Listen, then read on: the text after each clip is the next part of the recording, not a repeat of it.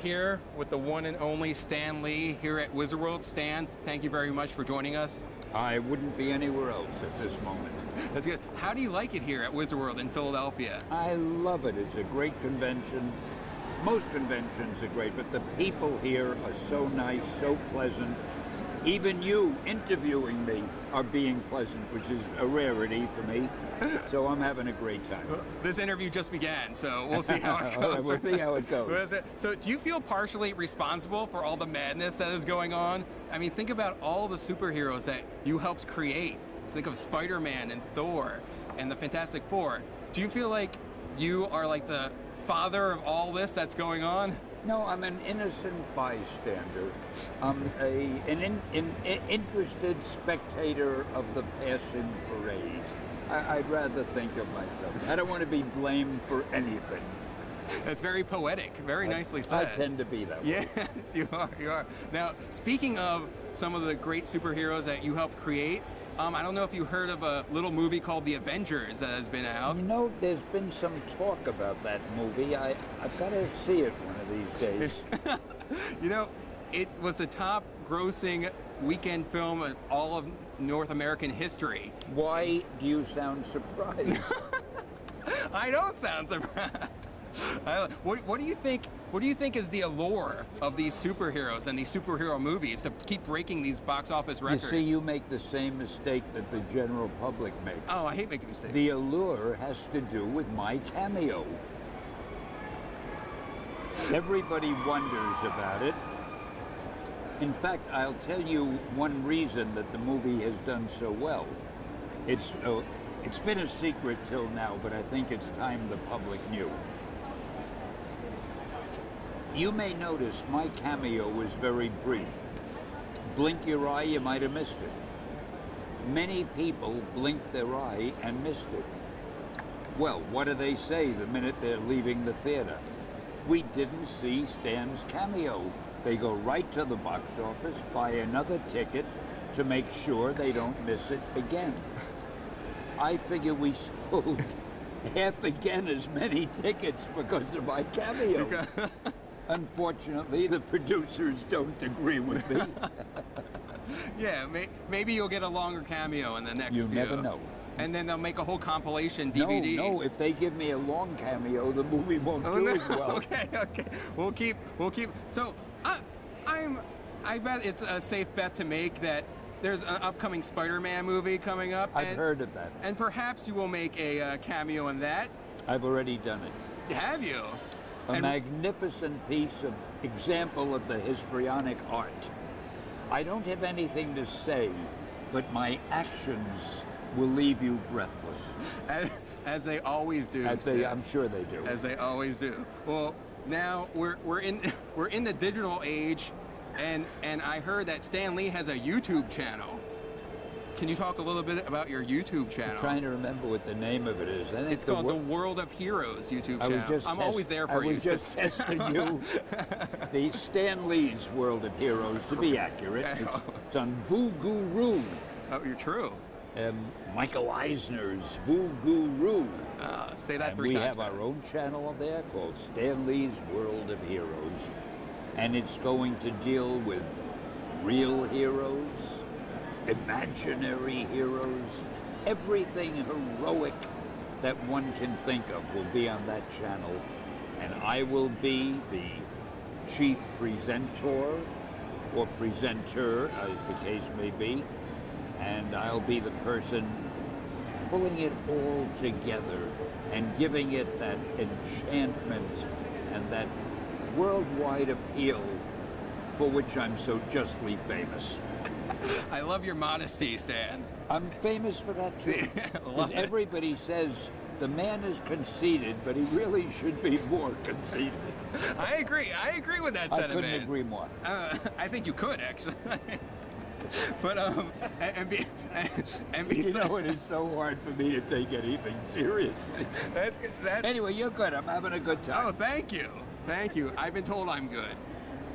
by myself.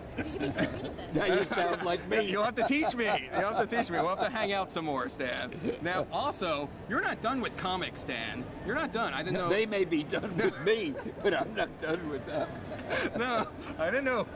Yeah, definitely. You have, let me make sure I have this correct.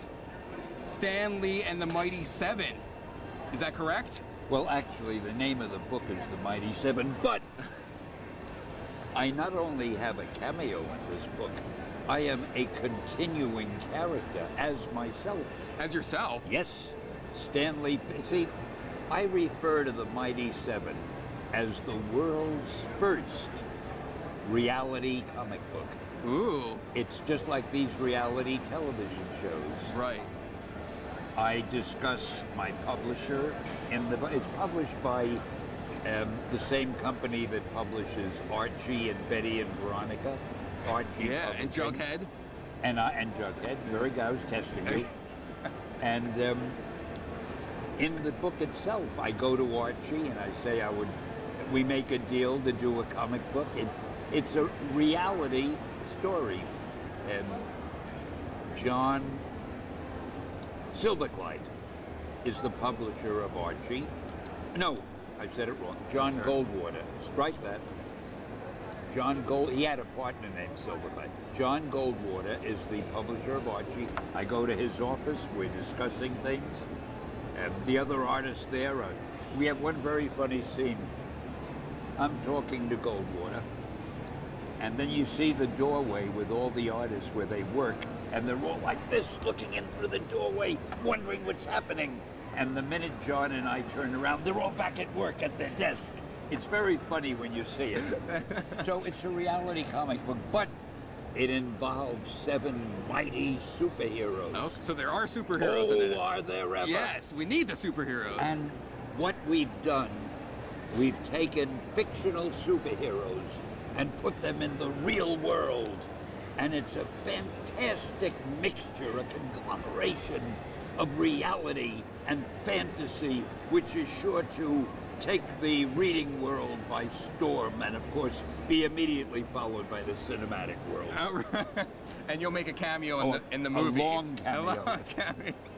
And then I also want to talk about one of your great sayings is face front true believers. Let me repeat that. Face front true believers, correct? What is a true believer? I'm so glad you said one of my great sayings, because I really do have so many.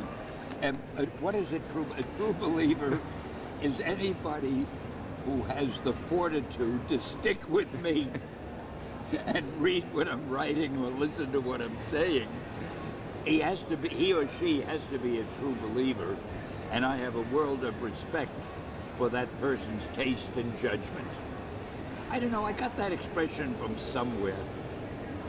I don't even know where I got it from.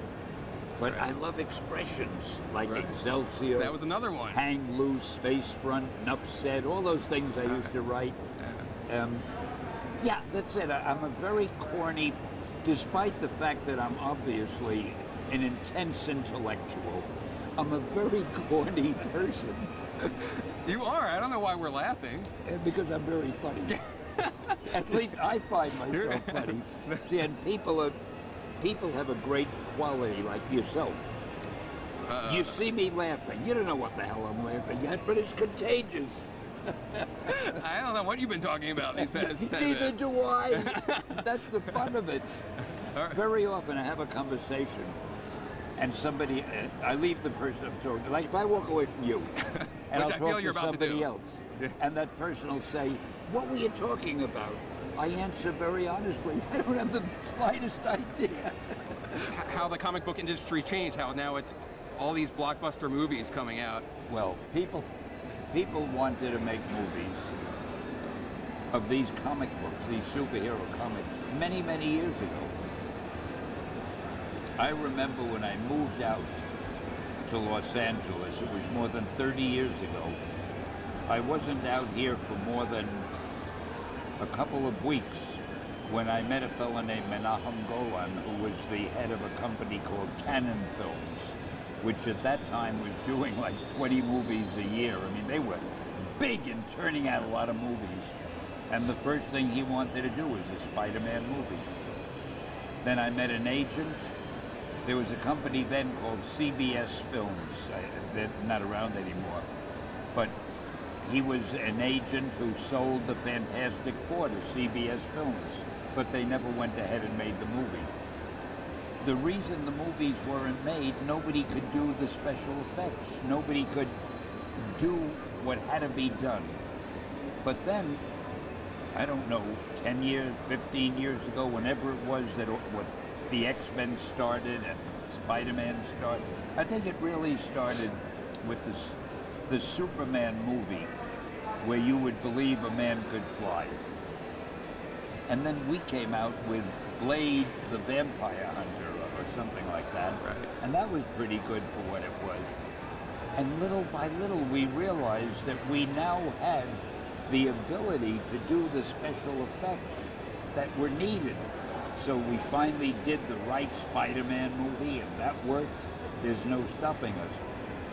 What happened was, what started out as humble little comic books have become a fountainhead, or have become a resource for movies, for television shows, for DVDs, for everything. And the comic book convention itself, like the one that we're at now, speaking right in the center of it, with all the excitement and glamour, these conventions have changed because when they started many years ago, there'd be a lot of kids in the convention, 8, 10, 12, 13 years old, I don't know. Occasionally a grown-up, because the kid was too young to come by himself.